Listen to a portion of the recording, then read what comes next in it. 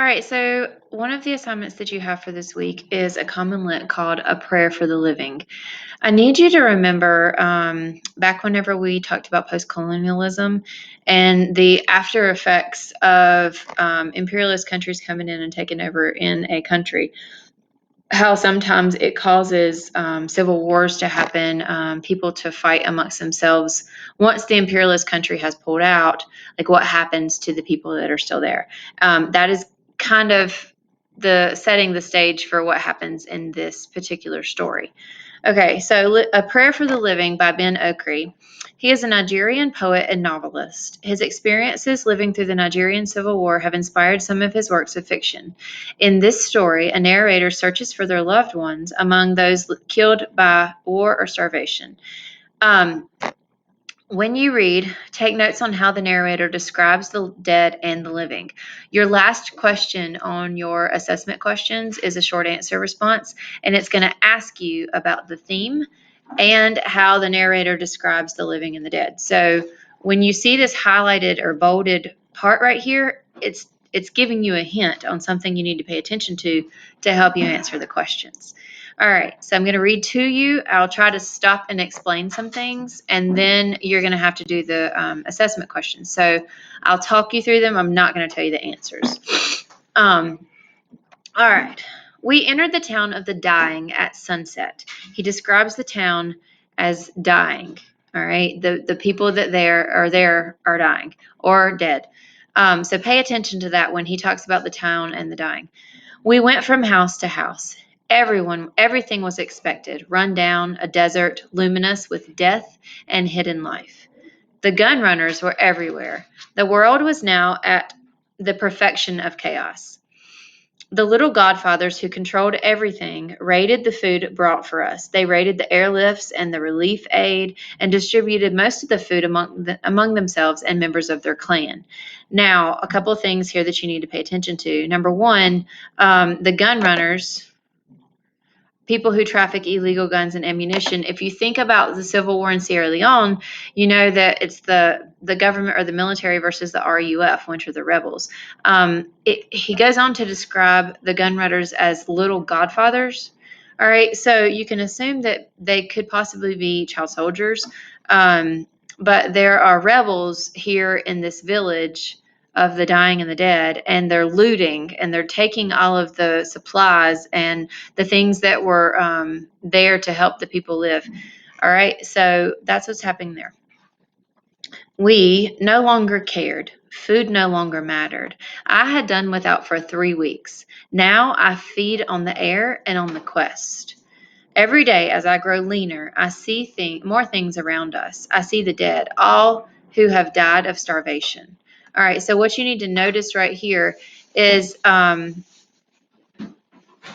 first of all, they're starving. I know that's obvious, but as they are starving, he talks about the fact that they no longer care. They no longer care about food. He says, as I grow leaner, I see more things around us. He's observing more things and the things that are going on around him. This other thing that you need to pay attention to, he says, now I feed on the air and on the quest. Now, we don't know yet what the quest is, but we are aware of the fact that he is on a mission for something. He has a purpose, and he's came to this town, the town of the dying, to fulfill that purpose. All right. The things that you see highlighted in orange are the ways that he describes the living. The things that I have highlighted in yellow are ways that the dead are described. Now, I didn't highlight everything, but I gave enough because later you're going to have to look at that and analyze that. So I've tried to highlight some examples for you.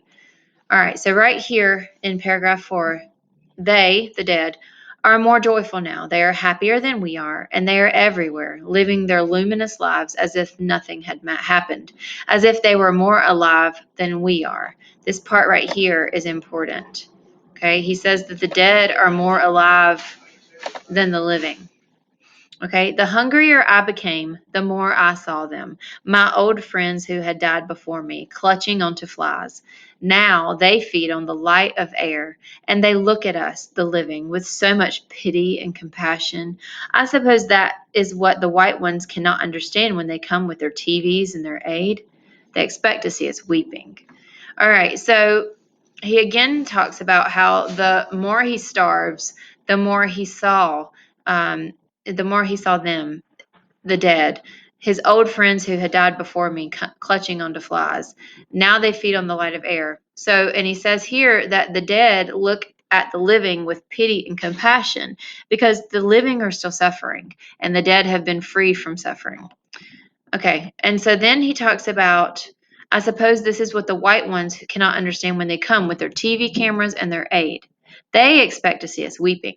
If you've ever been on a missions trip, or you know people who have been on a missions trip, or you know anything about relief aid that goes into other countries and supplies food, medical supplies, medical care, anything like that to the people that are suffering there, that's what he's talking about.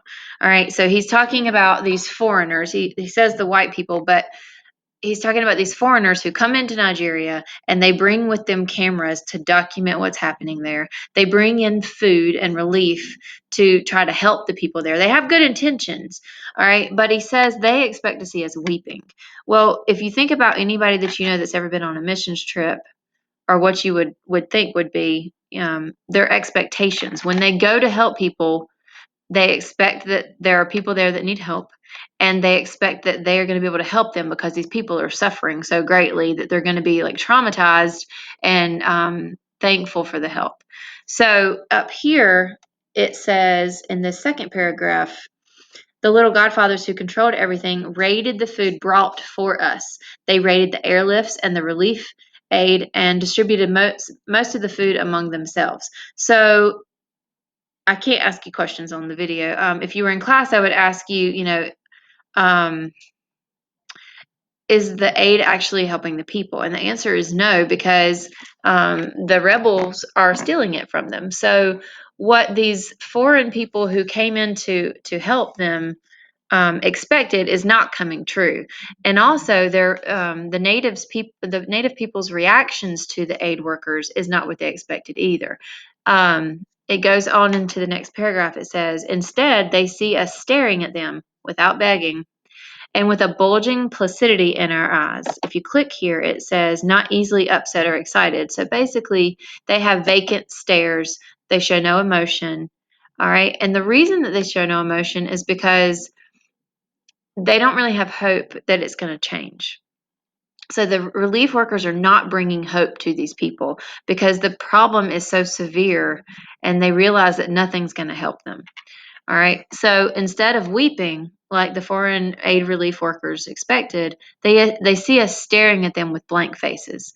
Maybe they were secretly horrified that we were not afraid of dying this way. But after 3 weeks of hunger, the mind no longer notices. You're more dead than alive, and it's the soul wanting to leave that suffers. It suffers because of the body's tenacity. All right. And so, what this is saying is that, if you've gone so far through suffering, then your body has suffered through so much that your mind starts to shut down from it. And so you no longer react. You no longer feel any kind of way because you're numb of emotion. All right. So the mind no longer notices. You're more dead than alive. It's the soul that wants to leave that's suffering. So if you think about the way that the narrator is feeling right now, he's feeling um, he's feeling as if he would rather be dead than alive. Okay. It's his prolonged suffering and not being able to be free from that suffering that's what's killing him, or what's really making him suffer at this point. It's not the starvation anymore. Okay. So his soul is suffering. We should have come into the town at dawn. In the town, everyone had died. The horses and the cows were dying too. Now, he told you at the beginning that this is the town of the dying. All right. And then he says, we should have came here earlier because he wishes that they had came earlier so they too could be dead. All right. I could say that the air stank of death, but that wouldn't be true. It smelled of rancid butter and poisoned heat, bad sewage. There was even the faint irony of flowers. The only people who weren't dead were the dead, singing golden songs in chorus, jubilant everywhere. They carried on their familiar lives. All right, so we've got the irony of this situation, with the flowers that are, kind of overshadowing all the bad smells. And then he says that the only people who weren't dead were the dead. Okay, if you think about that, he's saying that the only people who were no longer suffering were those that were free because they died, because they don't have to live through this agony anymore. They don't have to look for their loved ones, look for hope. It's they don't have to live through the pain anymore. None of the situation matters anymore because they're free from it all. All right. And so they're not actually singing, but he feels like they are able to have victory after death. So singing golden songs in chorus, that's what that means. The only other ones who weren't dead were the soldiers, and they fought among themselves eternally. It didn't seem to matter to them how many died. All that mattered was how well they handled the grim mathematics of the war, so that they could win the possible most important battle of all, which was for the leadership of the famous graveyard of this once beautiful and civilized land. So he says the soldiers, they didn't really care. They were immune to the fact that all these people were dying. All that mattered to them was who won the war, because whoever won was going to get to be in charge of Nigeria. I was searching for my family and my lover. I wanted to know if they had died or not. If I didn't find out, I intended to hang on to life by its last tattered thread. If I knew that they too were dead and no longer needed me, I would die in peace. All this information led me to this town. If my lover, my brothers, my family are anywhere, they are here. All right, a couple things here. You have found out his quest. Earlier it says that the only thing keeping him alive was air and his quest. And here you found out his purpose. He's looking for his family and his lover. And he goes on to say that if I don't find them, I'm going to continue to hang on to the last bitter end of my life so that I can find them. I have to find them before I die. I can't die in peace unless I know that they're already dead. They're already at peace. Okay. And then he says, if I know that they too are dead, I can die in peace. Okay. And then it says that all this information has led him to this town. He called this the town of the dying. And he says, if they're anywhere, they're here. This is the last town in the world. Beyond its rusted gate lies the desert. The desert stretches all the way back into the past, into history, to the Western world, and to the source of drought and famine, the mighty mountain of lovelessness. From its peaks at night, the grim spirits of negation chant their awesome, soul shrinking songs. Their songs steal hope from us and make us yield to the air our energies. Their songs are cool and they make us submit to the clarity of the dying. Behind us, in the past, before all this came to be, there was the possibilities. There were all the possibilities in the world. All right. So he's talking about Nigeria, and he says outside of Nigeria reaches all the way into the past, to the history, to the Western world, to the source.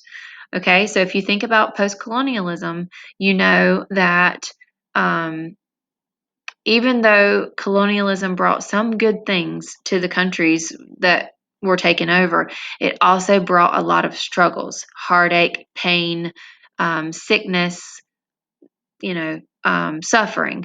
So he's saying, when he says to the source, to the Western world, he's saying that they are the ones that caused all of this. They came in, they quote unquote helped, and then they left us with this civil war and this drought and this famine that is killing us now.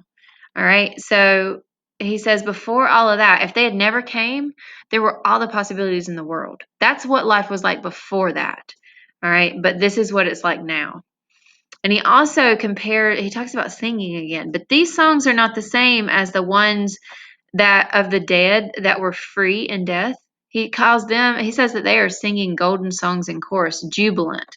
All right. These ones of the people that are outsiders that came in and caused all of this suffering. He says, number one, he says the grim spirits of negation. It means those that refuse to accept their part in something or their responsibility, but they have awesome soul shrinking songs. Their songs steal hope from us. Okay, their songs are cool and make us submit to the clarity of dying. All right, so it's interesting to compare the songs of these people versus the songs of the dead who are free. Okay, this part does not bring hope. Up above, the songs of the dead bring hope, because that's really all he can hope for right now. Okay, there were all the possibilities for starting from small things to create a sweet new history and future. If only we had seen them. But now, ahead, there only lie the songs of the mountain of death. We searched for our loved ones mechanically and with a dryness in our eye. Our stomachs no longer existed. Nothing exists. Nothing exists except the search. We turn the bodies over, looking for familiar faces. All the faces are familiar. Death has made them all my kin. All right, so they no longer feel the starvation. It says nothing exists except the search for his loved ones. As we turn the bodies over, all the faces feel familiar. Death has made them all my kin. So he feels for each person that he turns over and he finds that they're dead, it feels like he's lost another family member. I search on. I come across an unfamiliar face. It is my brother. I nod. I pour dust on his flesh. Hours later, near a dry well, I come across other members of my family. My mother holds on tightly to a bone so dry it wouldn't even nourish the flies. I nod twice. I pour but dust on their bodies. I search on. So think about, how does he describe this experience of finding his family members? He finds his brothers. He finds his mother. All right. His only response, his only movement at all, really, is his nod. Okay, it shows his tone of acceptance, and how he's apathetic to the situation, because he had already accepted that they were probably dead. He came to the town of the dying knowing that everything there was dead. All right, and so he pretty much already knew that they were going to be there. He just needed to see that they were dead so that he could let go. So that's why it's acceptance and apathy. Okay. There's one more face whose beautiful unfamiliarity will console me. When I have found that face, I will submit myself to the mountain songs, to death. Okay? If you think about, or whose face is he looking for? He's looking for his lovers. He's found his family, but now he needs to find his lover's face. He needs to know that she is dead before he can submit to the mountain songs, which is death. Sorry. Okay. Sunset was approaching then. Sunset's a metaphor too for death, um, but also in reality. From an unfinished school building, I heard singing. It was the most magical sound I had ever heard, and thought only those who know how sweet life can be sing like that, can sing as if breathing were a prayer. The singing was like the joyous beginning of all creation, the holy yes to the breath and light infusing all things, which makes the water shimmer, the plants sprout, the animals jump and play in the fields, and which makes the men and women look out into the first radiance of color, the green of plants, the blue of sea, the gold of the air, the silver of the stars. It was the true end of my quest, the music to crown this treacherous life of mine, the end I couldn't have hoped for or imagined. All right, so a few things here. Number one, if you think about a war zone, sometimes buildings are converted into hospitals, like makeshift hospitals, where you take all the wounded. So that's probably what the school is like, is that all of the wounded have been taken there and they're being housed there.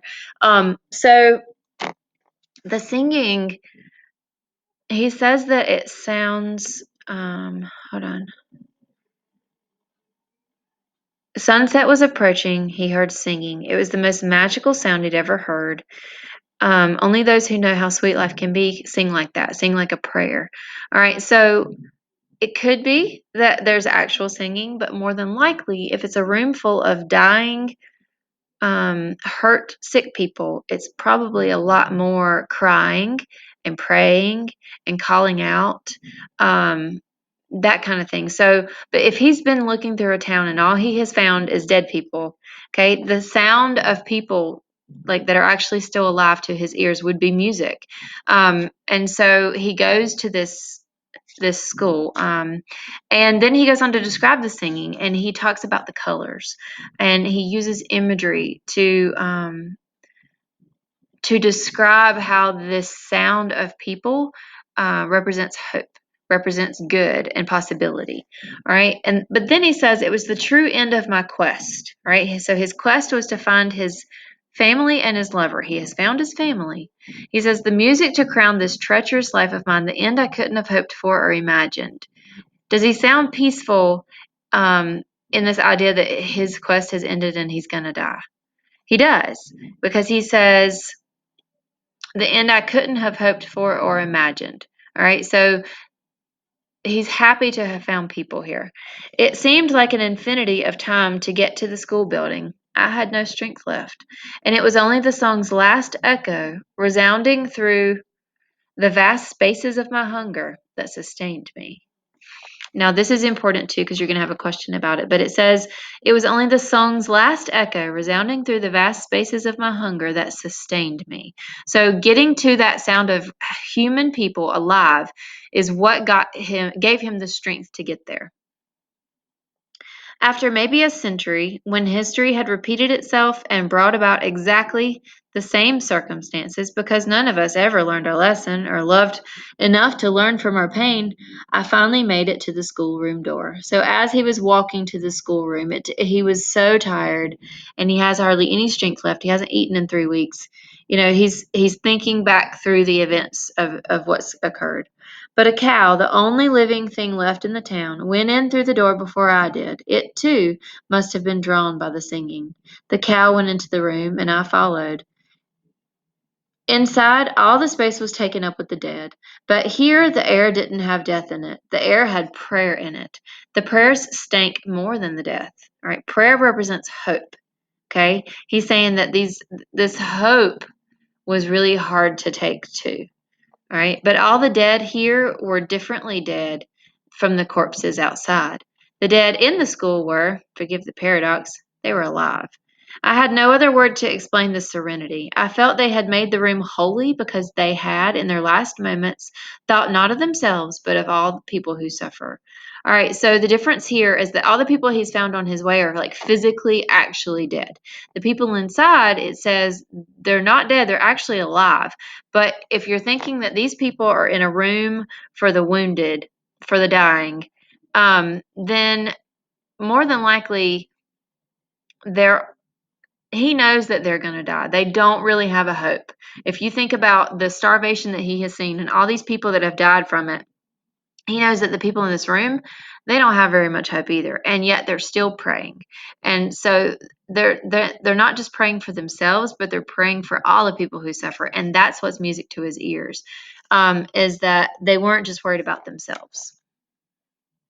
Okay, I felt that to be I felt that to be the case because I felt myself doing the same thing.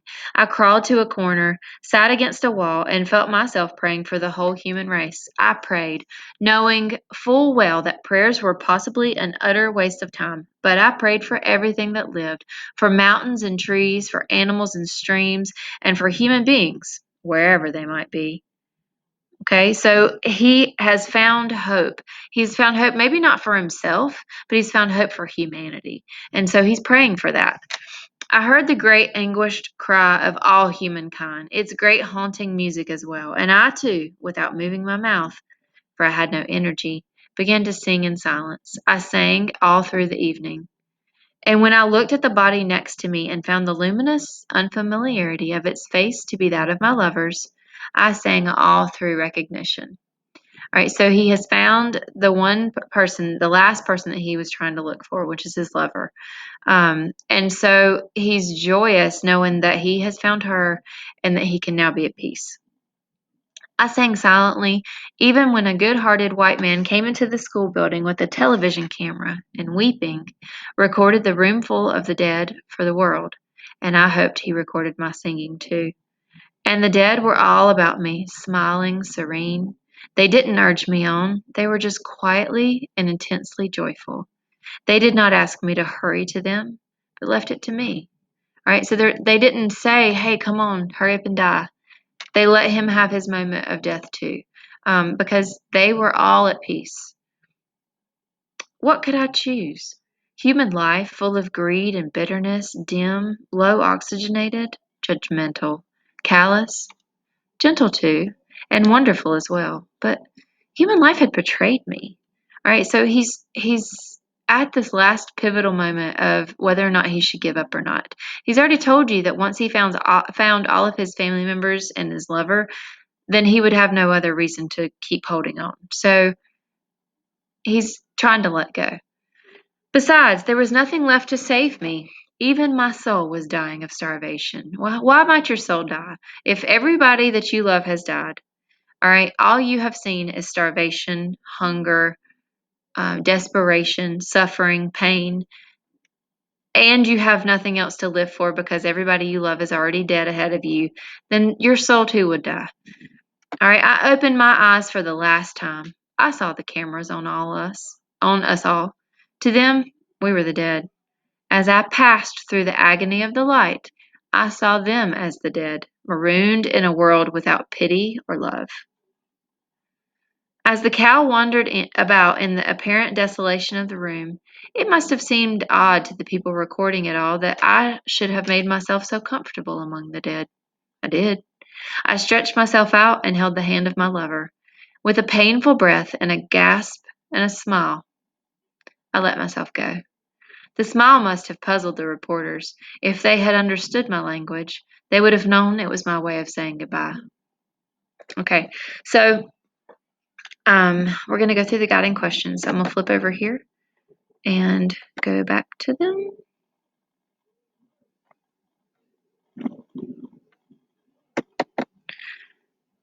Come on.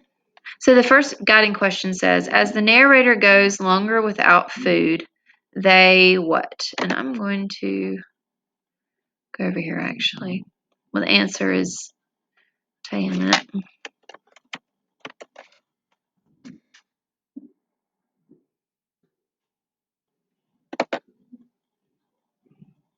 Sorry for the pause.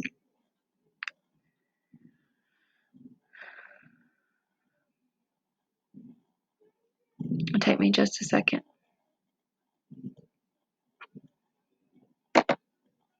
Okay, guiding questions right here.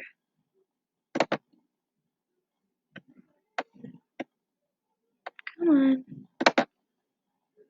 All right, and we'll move me up here. Okay, so as the narrator goes longer without food, they what? And the answer is become more aware of what's around them, because it talks about food no longer mattered. I had done without it for 3 weeks. Every day as I grow leaner, I see more things around us. And it says it again too. But after 3 weeks of hunger, the mind no longer notices. So it is B. And then 2 says, why isn't the narrator afraid of death? Okay, but after 3 weeks of hunger, the mind no longer notices. You're more dead than alive, and it's the soul wanting to leave that suffers. It suffers because of the body's tenacity, or like the body's ability to hold on. And that's the only thing holding this person here. So what do you feel like would be the correct answer? I'm going to let you figure that out. Number 3 says, what is the narrator's purpose? Well, up here, it says, now I feed on the air and on the quest. And then here it says, I was searching for my family and my lover. I wanted to know if they had died or not. If I didn't find out, I intended to hang on to life by its last tattered thread. If I knew that they too were dead and no longer needed me, I would die in peace. Okay, so you have to decide, what is his purpose? What does he need to do in order to complete his mission before he can die? Right, number 4 says, how does the narrator describe the past? Okay, so it says here, it stretches all the way into the past, and then here it says, in the past, before all this came to be, there was all the possibilities in the world. There were all the opportunities for starting from small things to create a sweet new history and future if only we had seen them. So you decide which one fits. Number 5 says, how does the narrator feel about finding their loved one dead? Okay. I search on. I come across an unfamiliar face. It is my brother. I nod. I pour dust on his flesh. Hours later, near a dry well, I come across the other members of my family. My mother holds on tightly to a bone so dry it wouldn't even nourish the flies. I nod twice. Pour dust on their body. I search on. Okay, so you have to decide what answer fits for that. Number 6 says, how does the music affect the narrator? Now, it says, where'd it go? Here. It seemed to take an infinity of time to get to the school building. I had no strength left, and it was only the song's last echo resounding through the vast spaces of my hunger that sustained me. Okay. And then number 7 says, why does the narrator pray? Okay. So I felt that that had to be the case because I felt myself doing the same thing. I crawled to a corner, sat against a wall, felt myself praying for the whole human race. I prayed, knowing full well that prayers are possibly an utter waste of time, but I prayed for everything that lived, for mountains and trees, for animals and streams, and for human beings, wherever they might be. Okay.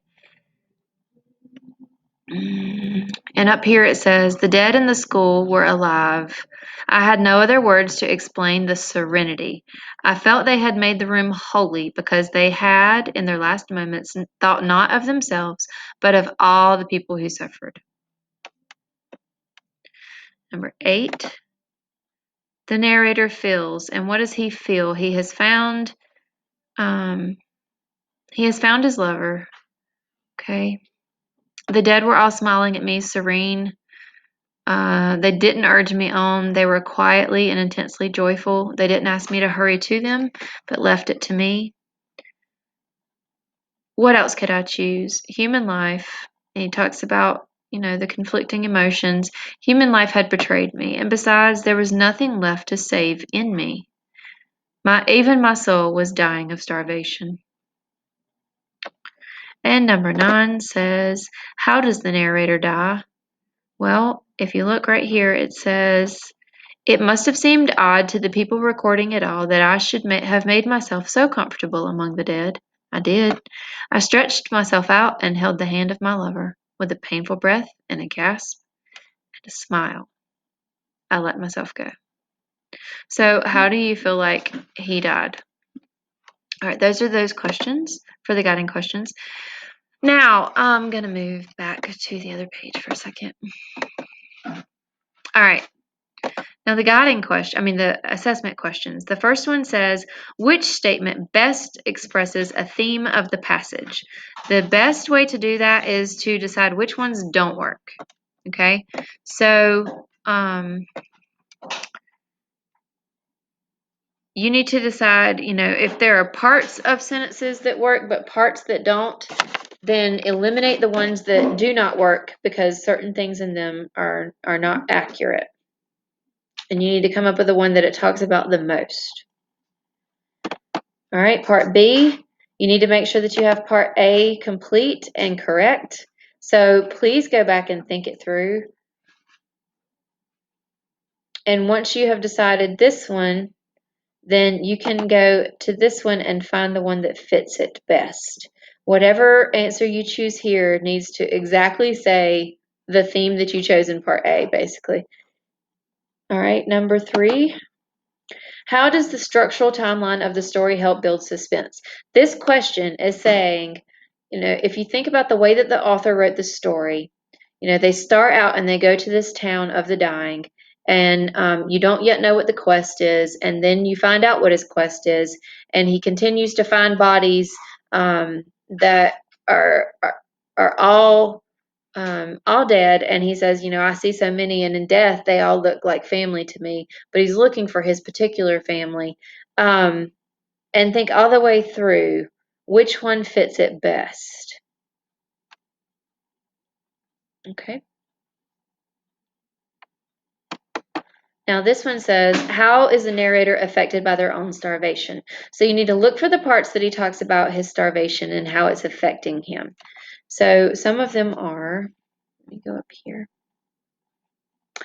Our stomachs no longer exist. Nothing exists except the search. Okay, and up here, let's see.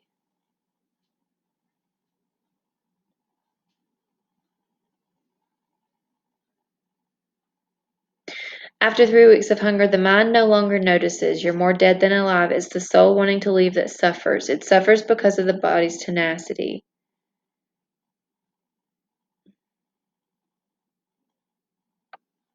So you got to think about, like, what is it that he's going through? What is he concerned with? All right. Our stomachs no longer exist. Nothing exists except the search. We turn the bodies over looking for familiar faces. And then it goes on. I think it says more. Okay. Talks about vast spaces of his hunger. Those don't really affect him. It's the hope of finding something different, or if going towards the sound of people that sustained him.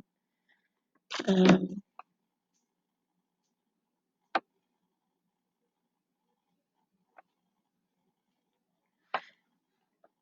all right, and so you have to find out what hurts him the most. Is it the hunger or is it something else? And then number 5, it is, remember I told you that at the beginning it gave you a clue. As you read, take notes on how the narrator describes the dead and the living. All right, right here it says, how are the details of the dead, so how the dead are described, important to the development of the passage's central theme? Now over here, you chose what you felt like is the central theme of the text. Make sure you really feel confident about this one, because it will help you determine what you should write for this one. Okay, so depending on what you put here, you look at the way that the dead are described. So the way that the dead are described are in yellow. So they are described as more joyful now. They are happier than we are. They are everywhere living their luminous lives, more alive than we are. They feed on the light of air. They look at us, the living, with so much pity and compassion. The only people who weren't dead were the dead, singing golden songs in chorus, jubilant everywhere they carried on their familiar lives. Okay, so you need to think about, I think those are the only ones I highlighted. Okay, here. The dead were all about me, smiling, serene, intensely joyful.